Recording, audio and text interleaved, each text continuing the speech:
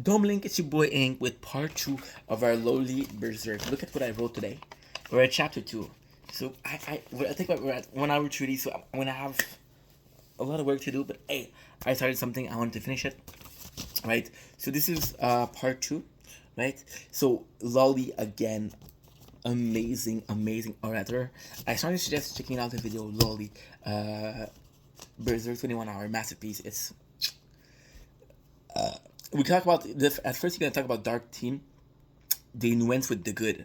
You know, it's kind of cool because again, Berserk is so fucking dark.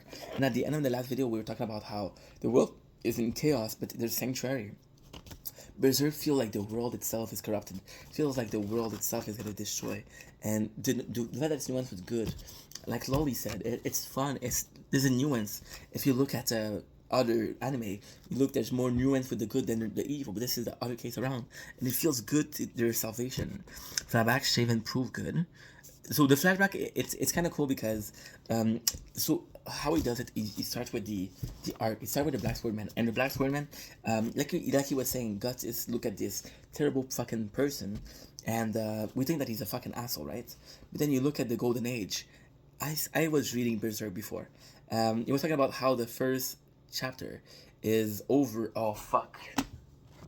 Sorry, I forgot to charge my board. So yeah, like he was saying, like the Black Spearmint, Justin is supposed to be this big asshole.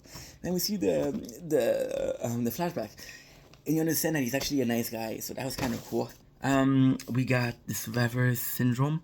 Okay, so Lolly, and I think he's right. He says that Gus is trying to. He's always being a dick because he's afraid of getting people to get hurt. And then later, he talks about how Gus is always surrounded by demon.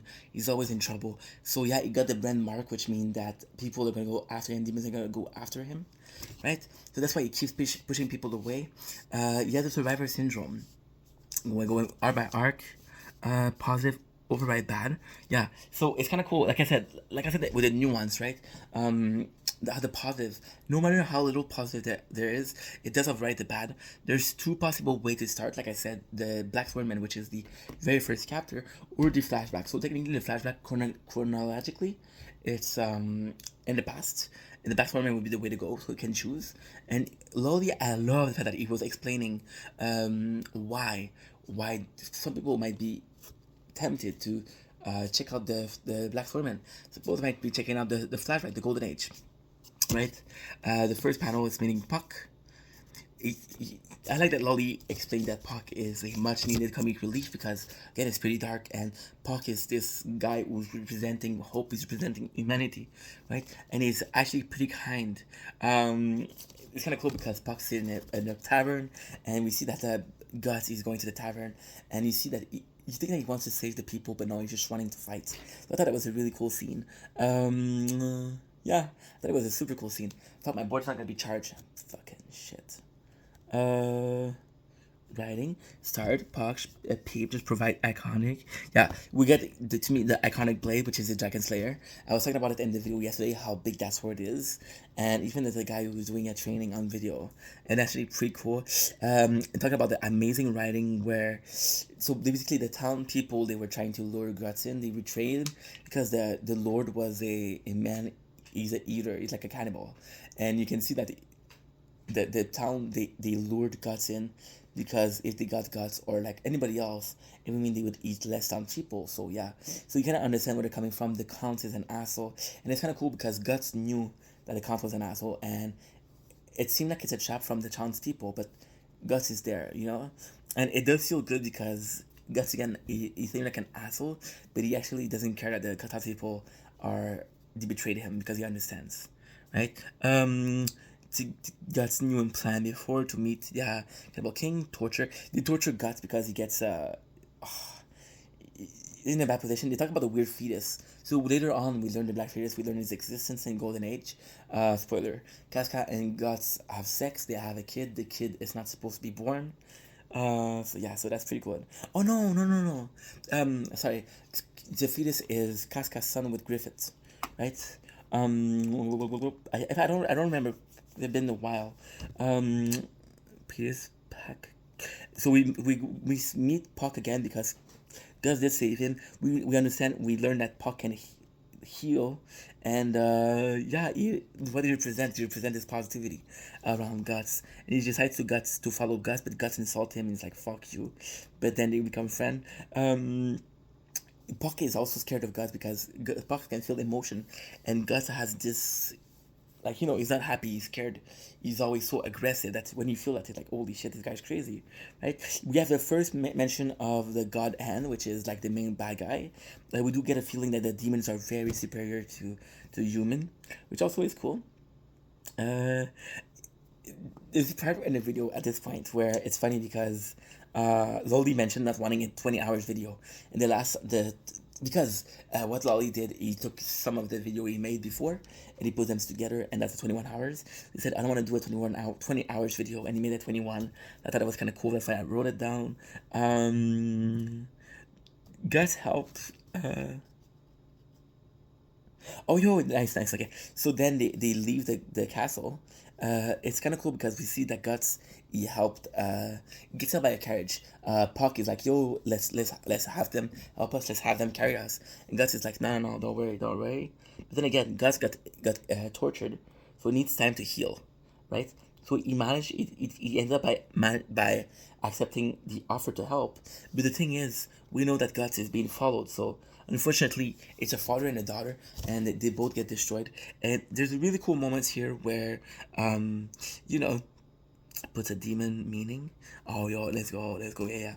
I want to talk about something. The writer, he makes Guts dream a nightmare, and then he wakes up as a demon, right? And the demon's like, oh well, that's why I had a nightmare. But the demon also means that there's other demons around, so there is a warning. So it is kind of cool that we see that this is really far from the writer. It's not because the father and daughter helped him, and you see the daughter, she's kind of like in love with it, not in love, but she think that Guts is looking good, and you see that she kind of fall in love with Guts, and it's not because she gets killed by a demon, and then she turned back, and Gus has to kill her, and you see hesitate, proving that he's still this good person deep down, right? Uh, and it sucks. It does prove humanity, right? That's why Gus needs to dissociate, and he actually says like, "Oh, I didn't care about them," when you know he did.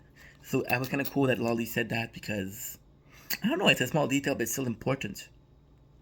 Proving humanity needs to dissociate Gus. He gets no rest. First a prologue, okay. So they talk about the arc. The first arc is a prologue, right? And then they talk about the first sub arc. So the first sub arc is the Town of Desire, right? Again, what I said, there's a purge, execution. Okay, cool, cool, cool. Like the town, I don't remember that part much, but from what the video meant, it was like there was a purge, there's execution. So the count is supposed to be this bad guy, and the people are afraid of him, and that's why they're helping him. So you see that it's really like a dire situation, right? It's kind of cool because we have the daughter of the count, it's saying that, oh, before he was nice, but then he started to turn into this demon, right? And it's by turning into this demon, then she became scared of her father. And that is a true version of what happened to the count. It's kind of cool that we have a backstory on that because we can see a demon, but you need to know why it's a demon. Right, with the first meeting with the bailiff, which is technically super important because the bailiff is the necklace Griffith had. It is the necklace he used to summon the demon. So we know what that means, right? The demon summon the god's hand, where we meet Griffith again. They fight. Guts, of course, lose. Demon needs to consent make demon. Oh yeah, so Berserk. Lily was saying that it does feel like Berserk the constant need to make demon nice, and the beauty flawed, and it's kind of cool because like the way he was talking about how the character they being flawed, and it's cool if you get an improvement, but the character they trust that what they're doing is right, and that gives them an excuse. They trusting that they're working for the greater good, even if they're wrong, and that's giving him an excuse. He feels good that the demons need to be like put in a nicer place because we've seen this chaotic world, but it wasn't always like that. It was the influence of demon that changed it. So defeating demons could bring sanctuary, and it gives hope at the long term. That was part 2 of the loli masterpiece. I'll see you guys tomorrow or Monday. I love you guys. Peace.